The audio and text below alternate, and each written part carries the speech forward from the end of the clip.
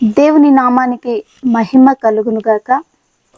ఈ చక్కని సమయాన్ని దేవుడు నాకు ఇచ్చినందుకు దేవాది దేవుని నేనెంతగానో కృతజ్ఞతాస్తుతులు చెల్లిస్తూ ఉన్నాను. ఈ సమయంలో దేవుని పిల్లలకు రోగాలు వస్తాయా? దేవుని బిడ్డలకు వ్యాధులు వస్తాయా అని మనం ఆలోచించినట్లయితే, ఈ భూలోకంలో బ్రతికే ప్రతి ఒక్కరికి రోగాలు, బాధలు, కష్టాలు, కన్నీళ్ళు, వ్యాధులు అనేకములు వస్తూ ఉంటాయి. అయితే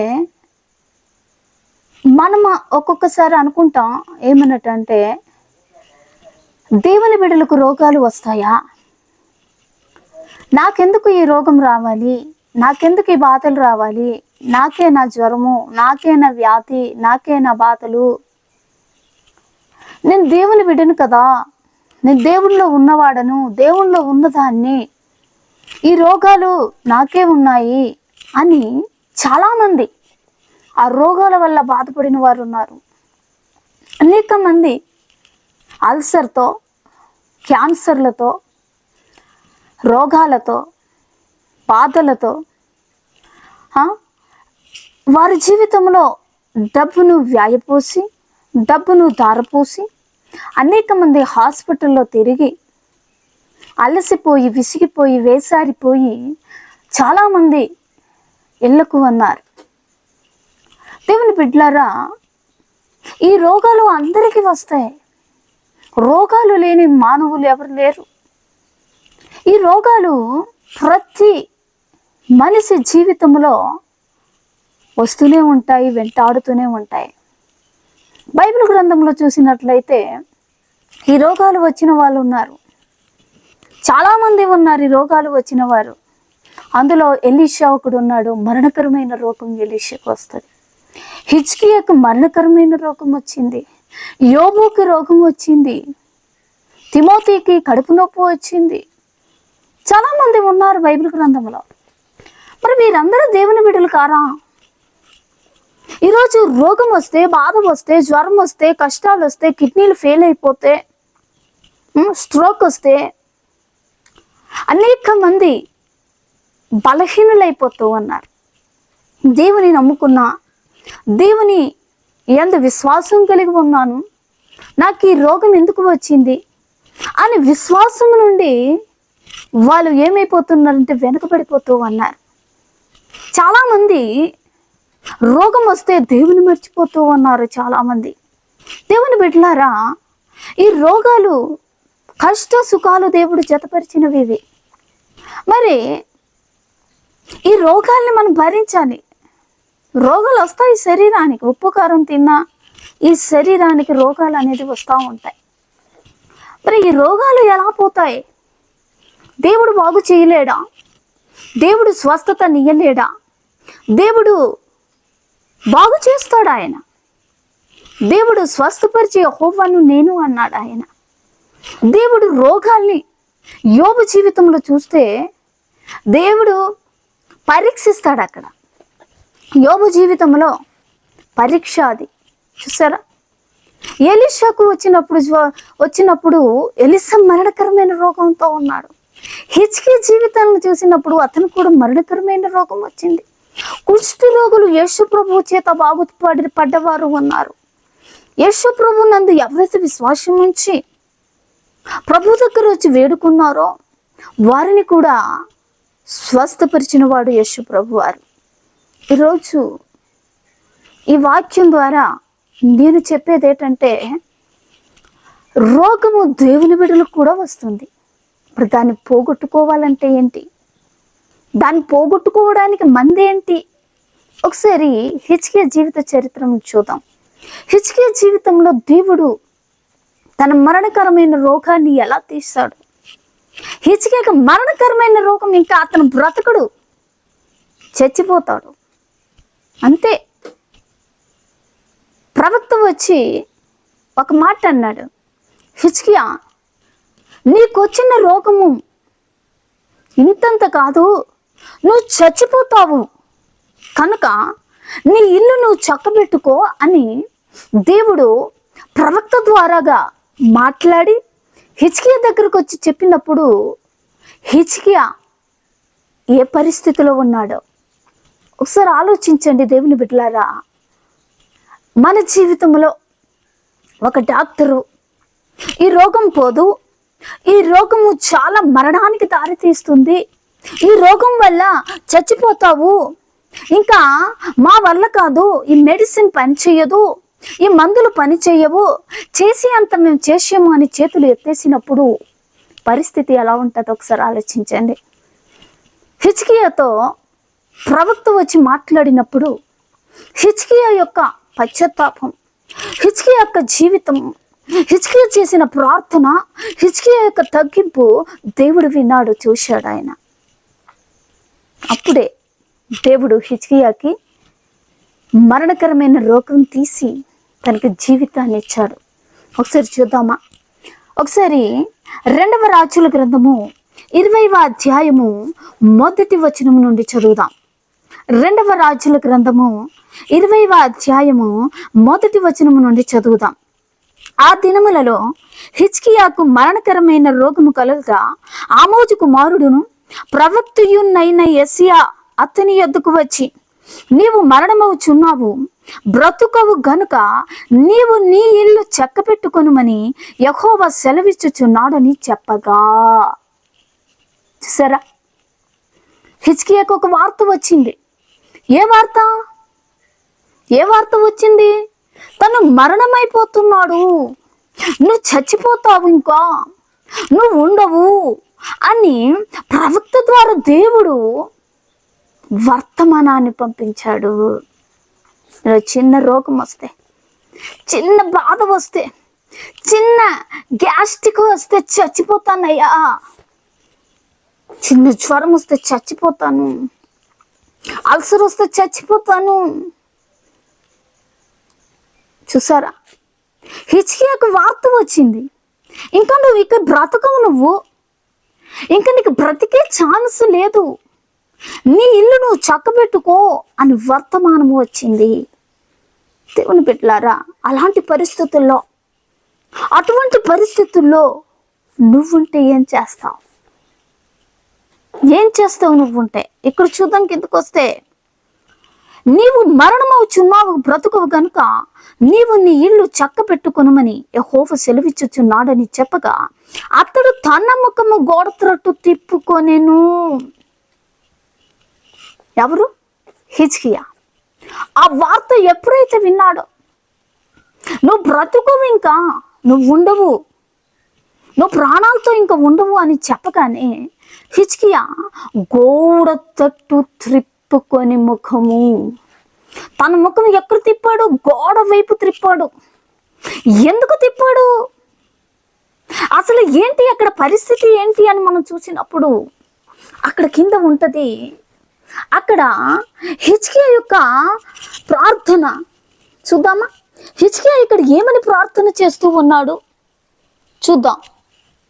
యెహోవా యథార్థ హృదయుడనే సత్యముతో నీ సన్నిధిని నేనెట్లు నడుచుకుంటున్నాను, నీ దృష్టికి అనుకూలముగా సమస్తమును నేనెట్లు జరిగించుతునో కృపతో జ్ఞాపకము చేసుకొనుమని హిజ్కియా కన్నీళ్లు విడుచుచు యెహోవాకు ప్రార్థించెను. అలాంటి ప్రార్థన అండి. ఎలాంటి ప్రార్థన చేశాడు ఇక్కడ హిజ్కియా? యెహోవా యథార్థ హృదయుడనై. ఏ ప్రార్థన? యథార్థమైన హృదయుడనై నేను. హిజ్కియా యథార్థవంతుడు. హిజ్కియా నేను యథార్థవంతుడిని, నేను యథార్థమైన హృదయం గలవాడని, నేను నీ యొక్క సన్నిధిలో నేనెట్లు నడుచుకున్నానో కృపతో నీ దృష్టికి చూడండి అనుకూలముగా సమస్తమును నేనెట్లు జరిగించితినో కృపతో జ్ఞాపకము చేసుకునుమని. ఎంత గొప్ప ప్రార్థన అండి! ఎంత గొప్ప ప్రార్థన చేస్తున్నాడు హిజ్కియా. యెహోవా నేను యథార్థ హృదయుడనై. ఏ హృదయం అంట? యథార్థమైన హృదయం. రెండవది, సత్యముతో నీ సన్నిధిలో నేనెట్లు నడుచుకున్నాను, మళ్ళీ నీ దృష్టికి అనుకూలముగా సమస్తమును ఎలా జరిగించానో ఒక్కసారి జ్ఞాపకం చేసుకో. లక్షణాలు ఉన్నాయి చూడండి, ఎన్ని లక్షణాలు ఉన్నాయో హిజ్కియా జీవితంలో. హిజ్కియా మొట్టమొదటి లక్షణము యథార్థ హృదయుడు.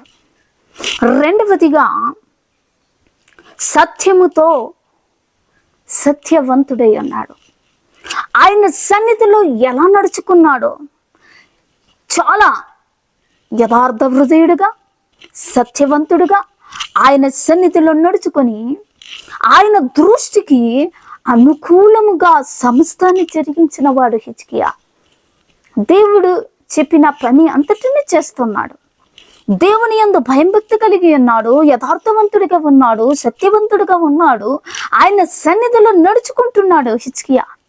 అందుకే ధైర్యముగా దేవుని దగ్గర తను చెప్పగలుగుతున్నాడు హిజ్కియా. ఏటని ప్రార్థన మనం చూసాం. ఈ రోజుల్లో ప్రార్థన ఎలా ఉంది? నీ కష్టం వచ్చినప్పుడు నీ ప్రార్థన ఎలా ఉంది? మన యొక్క భోగాల కోసం దేవునికి అడుగుతాం. ఇక్కడ హిజ్కియా వెంటనే సమాధానం ఇవ్వలేదు. నేను ఎందుకు చచ్చిపోతాను అనలేదు. ప్రభువా నీ పని నేను చేశాను కదా, ప్రభువా ఇలా బ్రతికాను కదా, నా జీవితం ఇలా ఉంది కదా, నేను ఎంత దారపూడ్చాను కదా. తిరుగు జవాబు ఇవ్వలేదు దేవునికి హిజ్కియా. దేవుని దగ్గర ఇదిగో నేను ఫలానా చేశాను అని చెప్పలేదు హిజ్కియా. ఇక్కడ ఏమంటున్నాడంటే, యెహోవా నేను యథార్థ హృదయుడనై సత్యముతో నీ సన్నిధిలో ఎలా నడుచుకున్నానో. ఇంకా ఏటన్నాడు? కిందకొస్తే తన ప్రార్థన ఏంటి? నీ దృష్టికి అనుకూలముగా సమస్తమును నేనెట్లు జరిగించుతున్నో సమస్తాన్ని, ఆయన దృష్టిలో సమస్తాన్ని జరిగించాడు హిజ్కియా. దేవుని బిడ్డలారా, ఈరోజు ఈ యొక్క లక్షణాలు మనలో ఏమైనా ఉన్నాయా? మనలో రోగం పోవాలి అంటే దేవుని దృష్టికి అనుకూలమైనది చెయ్యాలి, యథార్థ హృదయుడిగా ఉండాలి, సత్యాన్ని అనుసరించాలి. అవునా కాదా? ఇలా బ్రతికి దేవునికి ప్రార్థన చేస్తే ఆయన తప్పకుండా బాగు చేసే దేవుడై ఉన్నాడు. ఈరోజు నువ్వు ఏ రోగముతో ఉన్నావా? నువ్వు బాధతో ఉన్నావా? నువ్వు కష్టాల్లో ఉన్నావా? అనేక సంవత్సరాలుగా, అనేక రోజులుగా ఆ రోగంగా మంచాన పడి ఉన్నావా? నువ్వు కూడా ఒక్కసారి జ్ఞాపకం చేసుకో. దేవుని సన్నిధిలో నువ్వు ప్రార్థన చేయి. మనం వెంటనే తిరుగు సమాధానం ఇస్తాం. అమ్మో నేను చచ్చిపోతాను, ఇదిగో డబ్బులు తెచ్చి నాకు బాగు చేయండి, నాకు హాస్పిటల్ తీసుకెళ్ళండి, నాకు ఇది చేయండి, అది చేయండి. ఇక్కడ పరిగెడతారు వారి ప్రాణాన్ని కాపాడుకోవడానికి. కానీ హిజ్కియా ఎక్కడ పరిగెత్తలేదు. హిజ్కియా ఎక్కడ పరిగెత్తలే. హిజ్కియా ఏం చేస్తాడు? గోడ వైపు త్రిప్పుకొని ముఖము త్రిప్పుకున్నాడు. దేవుని సన్నిధిలో గోడ వైపు ముఖం త్రిప్పుకొని తన ప్రార్థన చేస్తూ ఉన్నాడు. ఏంటి తెలుసా? ప్రభువా నేను వృధా యథార్థ హృదయుడని సత్యముతో నీ యొక్క దృష్టికి అనుకూలమైనది సమస్తాన్ని ఎలా జరిగించానో కృపతో జ్ఞాపకము చేసుకొనుము అని కన్నీళ్లు విడిచాను అని వ్రాయబడి ఉంది. దేవుని బిడ్డలారా, తన జీవితాన్ని దేవునికి సమర్పించుకున్నాడు. తన జీవితాన్ని, తన యొక్క సాక్ష్యాన్ని దేవునికి చెప్పాడు హిజ్కియా. ఈరోజు నీవు ఏ రోగంతో ఉన్నావా, బాధతో ఉన్నావా? ఒక్కసారి ప్రభు వైపు తిరగవా? ప్రభు వైపు తిరిగి ప్రభువుకు చెప్పు నీ పరిస్థితి. నేను ఎలా చేశానో, ఎలా బ్రతికానో, ఎలా నీ యొక్క సన్నిధిలో నేను ఎలా నడుచుకున్నానో నన్ను కూడా జ్ఞాపకం చేసుకో ప్రభు అని ప్రభు దగ్గర జ్ఞాపకం చేయాలి, ప్రార్థన చేయాలి, కన్నీళ్లు విడవాలి. ఈ లోకంలో మనం బ్రతకాలి అంటే, మనము కూడా ప్రభు దగ్గర నుండి ఆయుస్సును పొందుకోవాలి అంటే మన ప్రార్థన ఎలాగుంటుంది? నీవు చేస్తున్న ప్రార్థన ఏంటి? ప్రభువా, ఇంకా ఇల్లు కట్టుకోలేదు, ప్రభువా నా పిల్లలకి భవిష్యత్తు ఇవ్వలేదు, నా భార్యకి ఇంకా జీవితం ఇవ్వలేదు, ప్రభువా ఇంకా నేను చేసే సేవ పరిచర్య ఇంకా ఉంది ప్రభువా, ఇంకా నేను అనేకములు సంపాదించాలి ప్రభువా, ఇంకా నా జీవితం ఇప్పుడుతో ముగుస్తూ ఉందా, ఇంకా నన్ను బ్రతికించు ప్రభువా. ఇదే మొట్టమొదటి ప్రార్థన చేస్తారు, చాలా మంది చేస్తారు. ఏ ప్రార్థన చేస్తారు? ప్రభా ఇంకా నేను చచ్చిపోతాను కనుక నన్ను బ్రతికించు, నీ పరిచర్య నేను చేస్తాను, నన్ను బ్రతికించు, ఇదిగో నేను మేలు చేస్తాను, నన్ను బ్రతికించు, నేను ఇంకా ఇదిగో ఇల్లులు కట్టుకోవాలి, ఇంకా నేను వెండి బంగారాలని సంపాదించాలి, ఇంకా పిల్లలకి ఆస్తిని ఇవ్వాలి, ఇంకా పిల్లల భవిష్యత్తు చూడాలి, ఇంకా మనవల్ని చూడాలి, ఇంకా లోకంలో బ్రతకాలి, ఇంకా ఇంకా ఇంకా నేను బ్రతకాలి అని ప్రభు దగ్గర ప్రార్థన చేసేవారిని మనం చూస్తాం. కానీ హిజ్కియా అటువంటి ప్రార్థన చేయలేదు.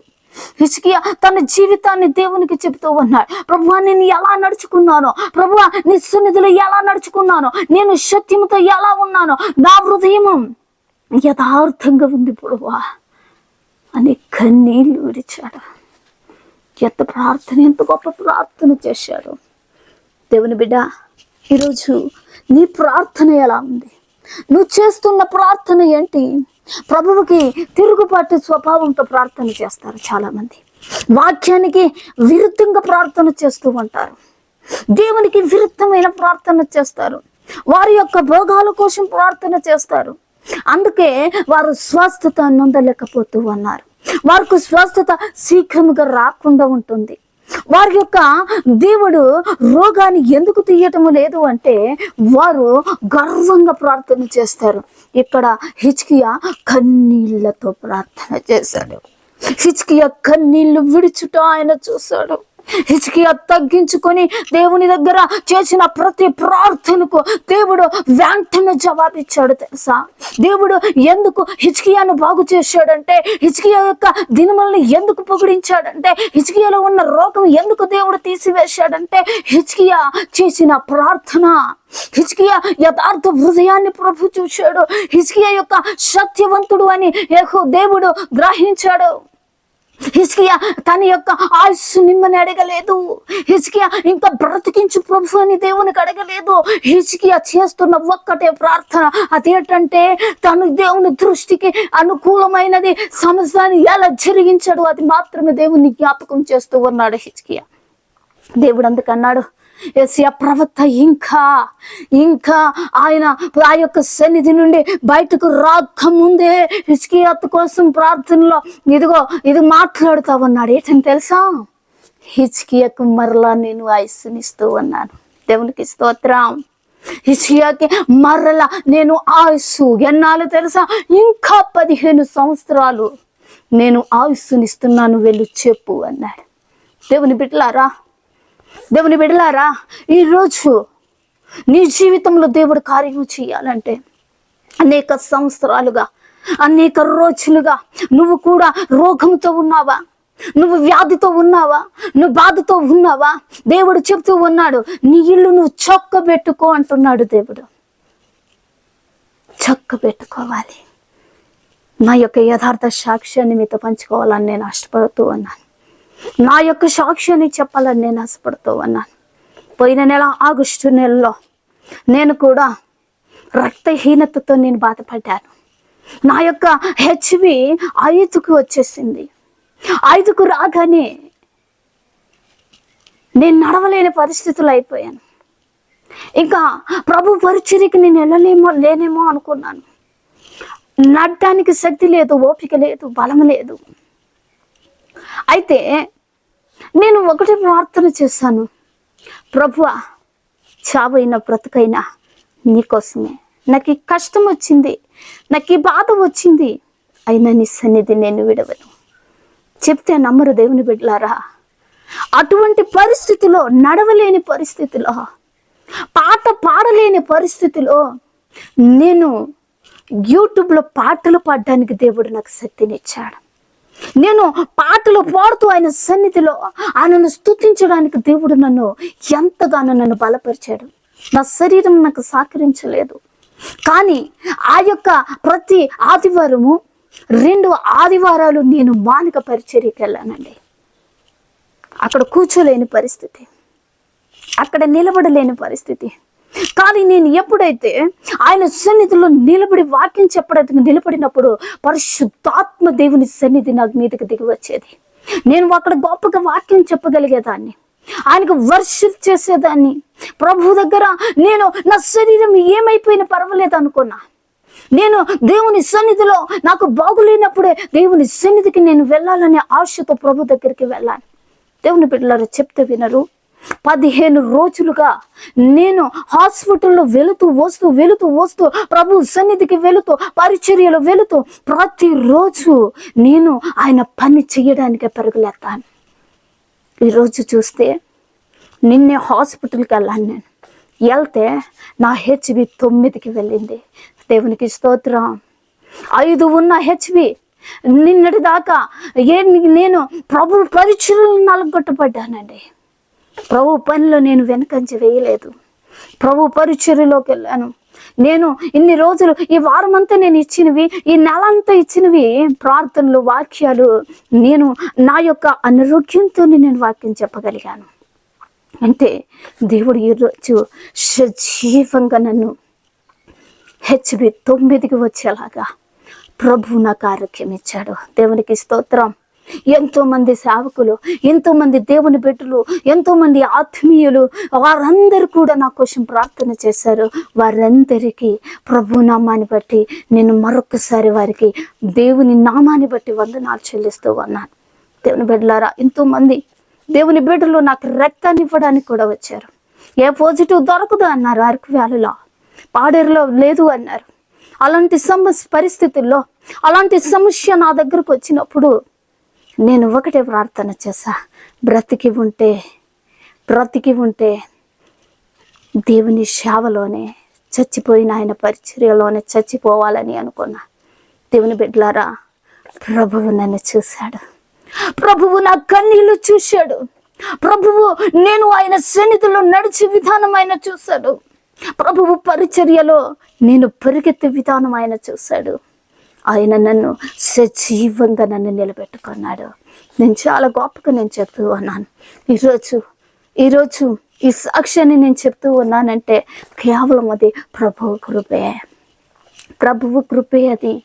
దేవుని బిడ్డలారా, ఈరోజు నువ్వు ఏ రోగంతో ఉన్నావు, నువ్వు ఏ పరిస్థితిలోనూ ఉన్నావు, నీ రోగముని ఎవరు తీయలేడు. ఈ భూలోకంలో ఎవరు తీయరు. ఆ రోగము పోవాలంటే కేవలం ప్రభువే తీసేవాడై ఉన్నాడు. ప్రభువు మాత్రమే తీస్తాడు. దేవుడు మాత్రమే స్వస్థపరచువాడు. ఆయన మాత్రమే నిన్ను బాగు చేసేవాడు. నమ్మకం ఉంచు, విశ్వాసం ఉంచు దేవుని యందు.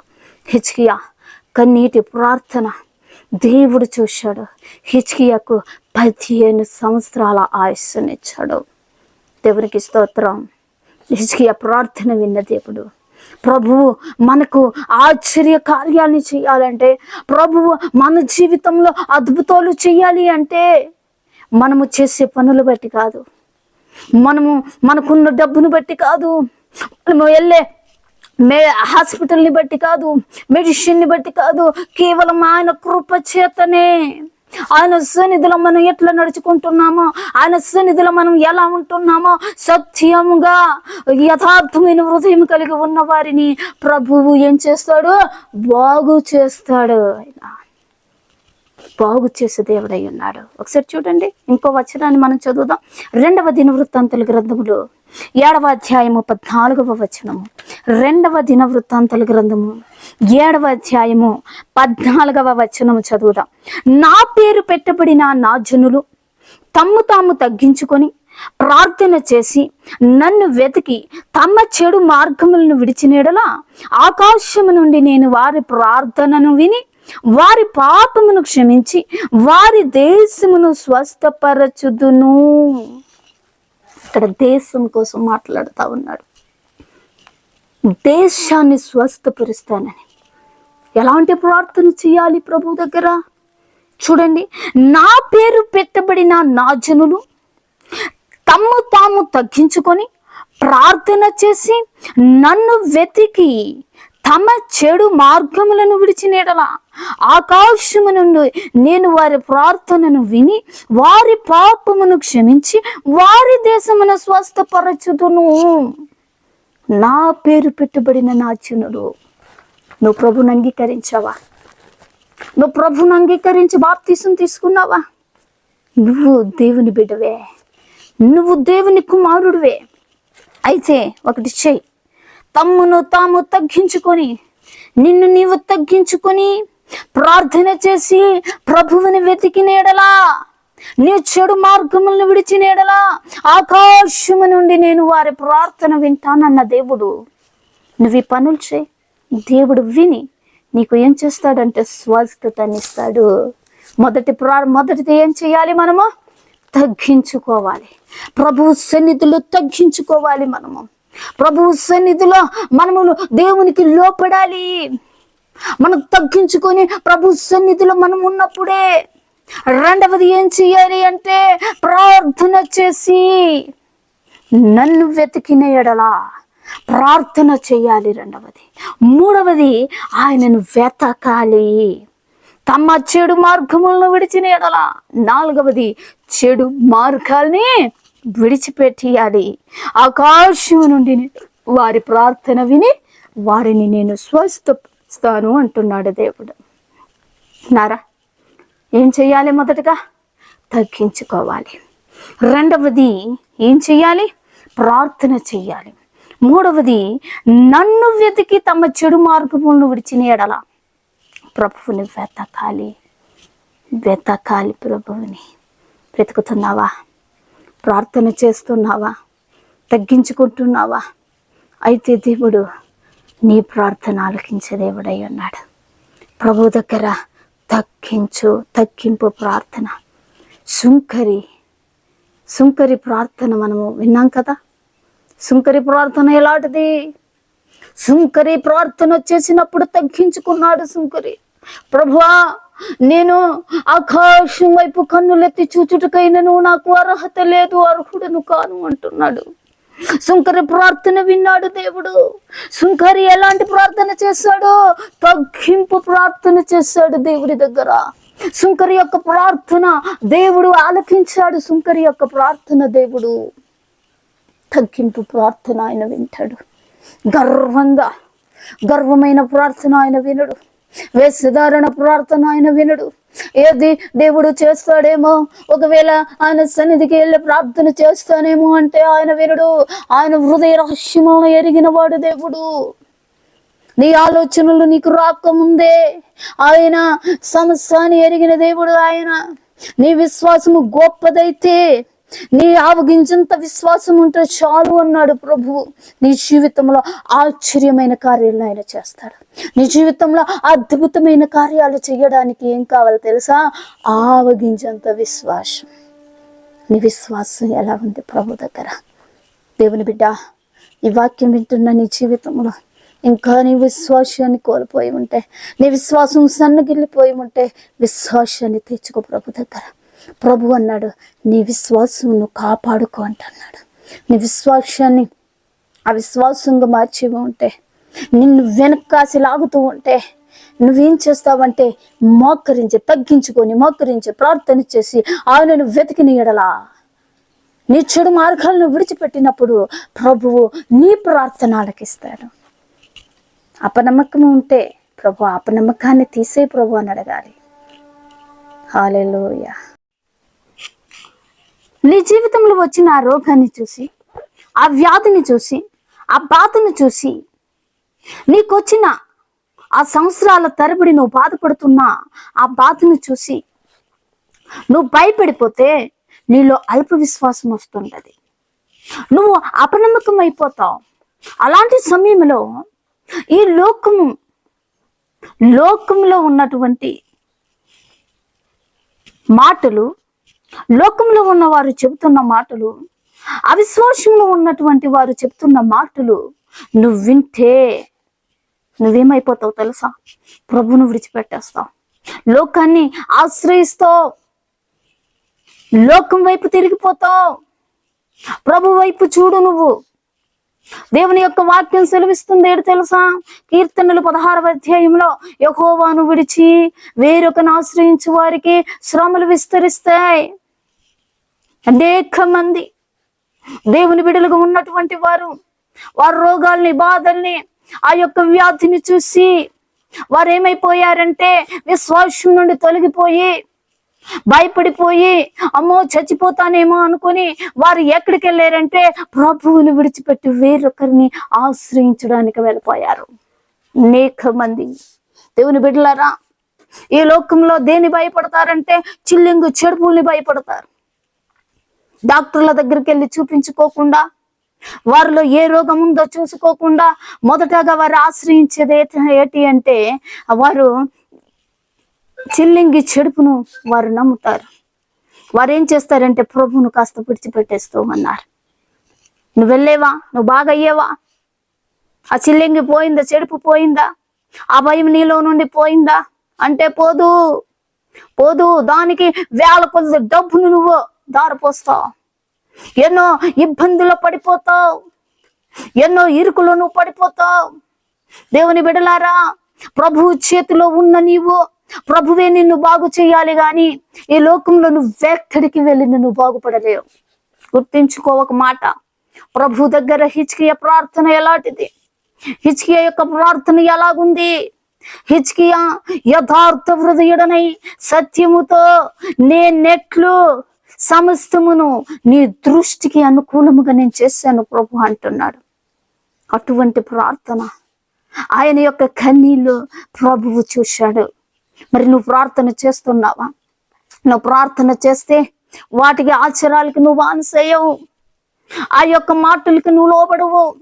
ఈరోజు ప్రభు యొక్క సన్నిధిలో, ప్రభు హస్తములో బాగుపడే నీవు, ప్రభు చేతిలో స్వస్థత పడే నీవు ఏమైపోయావంటే లోకంలో దిగజారిపోయావు. ఈరోజు నువ్వు బాగుపడాలి అనుకుంటే కన్నీళ్లు విడు, తగ్గించుకోవాలి. ఇక్కడ 2వ దినవృత్తాంతుల గ్రంథంలో ఉన్న మా వాక్యం ఏంటి అంటే తమ్మును తాము తగ్గించుకోవాలి ప్రభు దగ్గర ఎప్పుడైతే మేము తగ్గించుకొని ప్రార్థన ఎప్పుడైతే చేస్తామో, ప్రభువుని ఎప్పుడైతే వెతుకుతామో, ఈ చెడు మార్గాల్ని విడిచిపెట్టామో, అప్పుడు ప్రభు ఏం చేస్తాడు? స్వస్థత ఇస్తాడు ఆయన. దేవునికి స్తోత్రం. దేవుడు బాగు చేయాలి అంటే నీలో విశ్వాసం ఉండాలి. విశ్వాస సహితమైన ప్రార్థన వల్ల రోగి స్వస్థత నందును. ఈరోజు నీ విశ్వాసం ఎలా ఉంది? నువ్వు ప్రభు దగ్గర స్వస్థత నొందాలి అని ఉందా? ప్రభు నిన్ను బాగు చెయ్యాలని ఆశపడుతూ ఉన్నావా? ప్రభు దగ్గర ఒకటి అడుగు, ప్రభువా నీకు ఇష్టమైతే నన్ను నువ్వు శుద్ధునిగా చెయ్యు. రోగి ప్రార్థన అది. కుష్టు రోగి చేస్తున్నటువంటి ప్రార్థన. ప్రభు దగ్గరకు వచ్చి అడుగుతా ఉన్నాడు, ప్రభువా నీకు ఇష్టమైతే నన్ను శుద్ధునిగా చెయ్యి అంటున్నాడు. చూసారా ఎంత తగ్గింపు ప్రార్థన? అది ప్రభువుకి ఇష్టమైతేనే ప్రభువు చెయ్యాలని ఆశపడ్డాడు కుష్ఠరోగి. ప్రభువు బాగు చేశాడు. రోజు నువ్వెక్కడికో పరిగెడితే నీకు స్వస్థత రాదు. నువ్వెక్కడికో వెళితే నీలో ఉన్న రోగము పోదు, నీలో ఉన్న వ్యాధి పోదు, నీలో ఉన్న ఆ బాధ పోదండి. ప్రభువును ఆశ్రయించు. ఎంతో మంది వారి జీవితంలో చూస్తే వారి వేషధారణ ప్రభు వేశ్యనైనా క్షమిస్తాడు కానీ వేషధారణ క్షమించడు ఆయన. నీ జీవితంలో ప్రభు నమ్ముకున్నానంటున్నావు, ప్రభు సన్నిధికి వెళుతున్నావు, ఆదివారం చర్చికి వెళ్తున్నావు, ప్రభు సన్నిధిలో ఎదుగుతున్నానంట, ప్రభు వాక్యం చదువుతున్నానంట, ప్రార్థన చేస్తున్నానంట. నువ్వేం చేస్తున్నావంటే ఒక మాట చెప్పనా? వేషధారణ బ్రతుకుతూ అన్నా. లోపల అనేక మంది నువ్వు ఆశ్రయిస్తూ ప్రభు నాకు బాగు చేయలేదని నువ్వు బాధపడుతూ ఉన్నావా? ఇప్పుడే ఆ యొక్క అల్ప విశ్వాసాన్ని తీసుకో, అపనమ్మకాన్ని తీసుకో, ప్రభువుని ఆశ్రయించు, ప్రభువుని నమ్ము. ప్రభు నిన్ను బాగు చేస్తాడు, ప్రభు నిన్ను స్వస్థపరుస్తాడు. కావాలా? ప్రభు దగ్గర స్వస్థత నీకు కావాలి అంటే, ప్రభు నిన్ను బాగు చేయాలి అంటే ఇప్పుడే తగ్గించుకొని మోకరిస్తావా? ప్రభు దగ్గర తాము తగ్గించుకొని వారు ప్రభువును వెతికి వారి చెడు మార్గములను విడిచేయడలా. చెడు మార్గాలు ఏంటి తెలుసా? ప్రభువుని విడిచి వేరొకను ఆశ్రయించడమే. ప్రభువు బాగు చేయడు. ఇదిగో పలానా వ్యక్తి దగ్గరికి వెళ్తే బాగుపడతాను, పలానా దగ్గరికి వెళ్తే బాగుపడతాను అని పరుగులెడుతున్నావు చూడు, అవి చెడు మార్గాలు. అవన్నీ విడిచిపెడతాయి. అలాంటివి నువ్వు విడిచిపెడితే ఎప్పుడే నీకు దేవుడు స్వస్థత ఇస్తాడు. ఎప్పుడే నువ్వు స్వస్థత అందుతావు. నువ్వు దేవుని నమ్ముతున్నావా? ప్రభు దగ్గర నీకు విశ్వాసం ఉందా? ప్రభువు నువ్వు ఎరిగి ఉంటే, ప్రభువుని వెతుకుతే, నిన్ను నువ్వు తగ్గించుకొని ప్రభు దగ్గర నీ చెడు మార్గాలను విడిచిపెట్టి ప్రభు దగ్గర నువ్వు కన్నీళ్లు విడిస్తే ప్రభు నిన్ను బాగు చేస్తాడు. మకరిస్తావా? మకరిద్దామా? ప్రార్థన చేద్దామా? ప్రభు స్వస్థపరిచే దేవుడై ఉన్నాడు. నిన్ను నీవు తగ్గించుకొని, నిన్ను నీవు ప్రభు దగ్గరికి ఉంటూ, ప్రభు దగ్గర నీ యొక్క చెడు మార్గాల్ని విడిచిపెట్టి కన్నీటితో నువ్వు ప్రార్థన చేస్తే ప్రభు నిన్ను బాగు చేస్తాడు. దేవుని బిడ్డలారా, ఈ సమయం వాక్యం విన్నా నీవు ఒక్కసారి ప్రభు వైపు చూడమా. ప్రభువు నిన్ను స్వస్థపరిచే దేవుడై ఉన్నాడు. ఆయన ఆరోగ్యం ఇచ్చే దేవుడై ఉన్నాడు. ప్రభువా, నాకు నువ్వు సహాయం చేయ్యా. నాలో ఉన్న అల్ప విశ్వాసాన్ని తీసేయ్యా. ప్రభా, నాలో ఉన్న అపనమ్మకాన్ని తీసివేయండి ప్రభా అని నువ్వు ప్రార్థన చేయగలిగితే ప్రభు నీకు బాగు చేస్తాడు. సర్వశక్తిమంతుడైన తండ్రి, ఇదిగో ప్రభువా, ఈ వాక్యం విన్న సహోదరుని మీరు జ్ఞాపకం చేసుకోండి. ప్రభా, నీ బిడ్డలు అనారోగ్యముతో ఉంటే, రోగముతో ఉంటే, బాధతో ఉంటే, వ్యాధితో ఉంటే, ప్రభా నీ బిడ్డలు అనేక సంవత్సరాలుగా అయ్యా వ్యాధిగ్రస్తులై ఉంటే ఎప్పుడే వారిలో యేసు నామములో స్వస్థత కలుగును గాక. ఆ బిడ్డలకు అల్ప విశ్వాసం ఉంటే ఎప్పుడే అల్ప విశ్వాసాన్ని తీసి విశ్వాసం చేత నింపండి ప్రభా. వారిలో ఉన్న అపనమ్మకాన్ని తీసివేయండి ప్రభా. నీ బిడ్డలకు నమ్మకమును మీరు దయచేయండి. నీ బిడ్డలను మీరు పోగు చేయండి అయ్యా. స్వస్థత దయచేయండి అయ్యా. తీర్మానించుకున్న నీ బిడ్డలకు మీరే ఎప్పుడే శీఘ్రముగా స్వస్థత ఇచ్చి, నీ బిడ్డలకు నెమ్మదిని ఇచ్చి, ఆరోగ్యం ఇచ్చి, నీ నామానికి మహిమ పొందండి. వాక్యం విన్న నీ బిడ్డల్ని మీరు దీవించండి, ఆశీర్వదించండి, కృప చూపించమని నీ నామానికి మీరు మాత్రం మహిమ పొందండి. ప్రభా, నీ బిడ్డల కన్నీళ్లు చూచుచున్న దేవుడు, వారి ప్రార్థన ఆలకిస్తున్న దేవుడు, వారిని నువ్వు పరీక్షిస్తున్న దేవుడు, వారిని గమనిస్తున్న దేవుడు నాయనా. ఇదిగో నీ బిడ్డలు నీ చేతికి అప్పగిస్తూ ఉన్నాం అయ్యా. నీ బిడ్డలకి మీరే ప్రభా దీవించి, ఆరోగ్యం ఇచ్చి, బలం ఇచ్చి, శక్తినిచ్చి ప్రభా పరిపూర్ణమైన స్వస్థతని బిడ్డలకు మీరు అనుగ్రహించమని, నీ నామానికి మీరు మాత్రం మహిమ పొందమని నజరేయుడైన యేసు పరిశుద్ధ నామంలో ఈ ప్రార్థన అడిగి వేడి పొంది నాము తండ్రి. ఆమెన్. Praise the lord.